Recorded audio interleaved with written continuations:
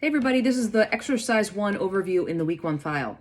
This exercise is really geared at language. I want you guys to understand and employ the language that will allow you to master the software. So we need to understand things like what is a worksheet versus a workbook.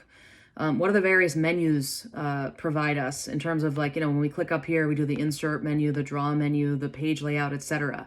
Let's get familiar with the environment. This is going to require you guys kind of working through a series of about 30 questions.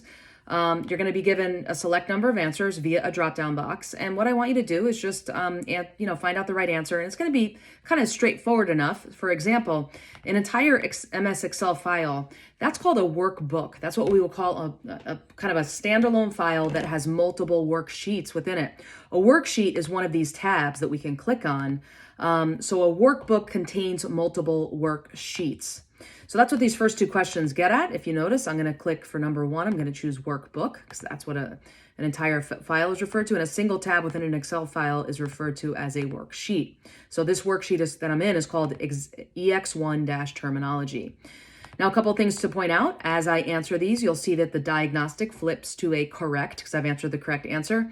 If I were to answer incorrect, I would get a diagnostic telling me that. And I just have to keep trying and get to the right answer. That's the spirit here.